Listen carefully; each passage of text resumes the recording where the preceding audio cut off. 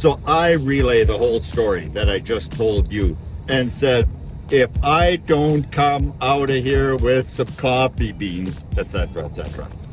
And so she says, well, I'm going to have to make a phone call. Well, I'm not going back to the beast and admitting to Coral that this entire mission was a failure. So it's all about the creating memories, right?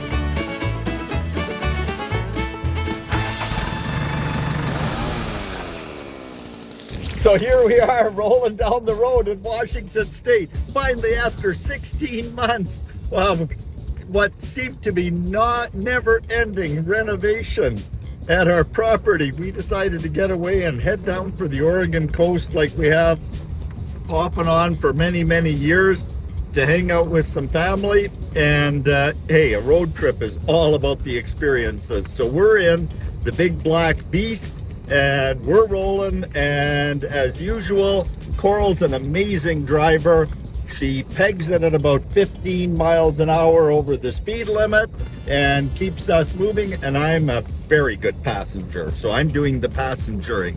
And so we're cruising down the road, heading for Yakima, taking a different route to the Oregon coast than we've ever taken before.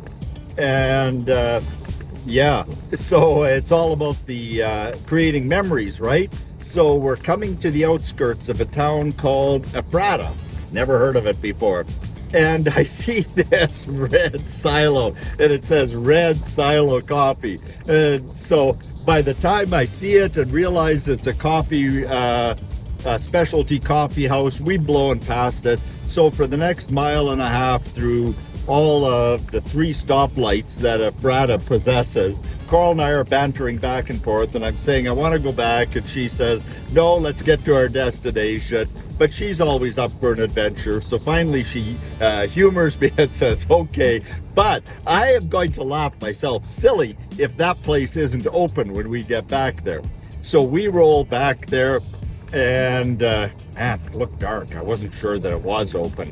And it's kind of a drive-through coffee place.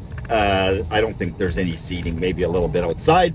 And so Coral is tending to some other stuff. And so I go up and I say, hey, I'd like to buy some of your coffee beans. And she says, well, yeah, we kind of sell some sometimes, but we're out. So I relay the whole story that I just told you and said, if I don't come out of here with some coffee beans, etc., etc. And so she says, well, I'm going to have to make a phone call. So she phones. I get the details later. Head office in Denver, Colorado, the only other Red Silo coffee outlet. And that's where they do all the roasting for the Ephrata store. And it's about 4 minutes, and she comes back and says, okay, we can sell you some coffee beans, and my favorite are the Papua New Guinea, etc., etc. So I don't know, it was a 5 or 10 or 15 minute experience, and I end up with 7 pounds of coffee beans. Like, it's like take the bag or nothing. Well, I'm not going back to the beast and admitting to Coral that this entire mission was a failure. And so we've got 7 pounds of coffee beans. But it gets better. She's wearing this really nifty long sleeve Red Silo, I don't know, sweatshirt thing. And so I say, oh, do you have memorabilia? She said, oh, our Denver store has a ton of it, but let me see if I can find something here.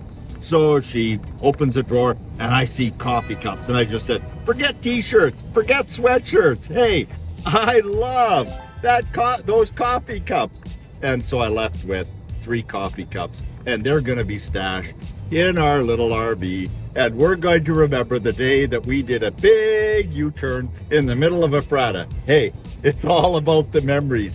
Thanks for being part of the journey. This is, as 6-year-old grandson Everett would say, too much fun.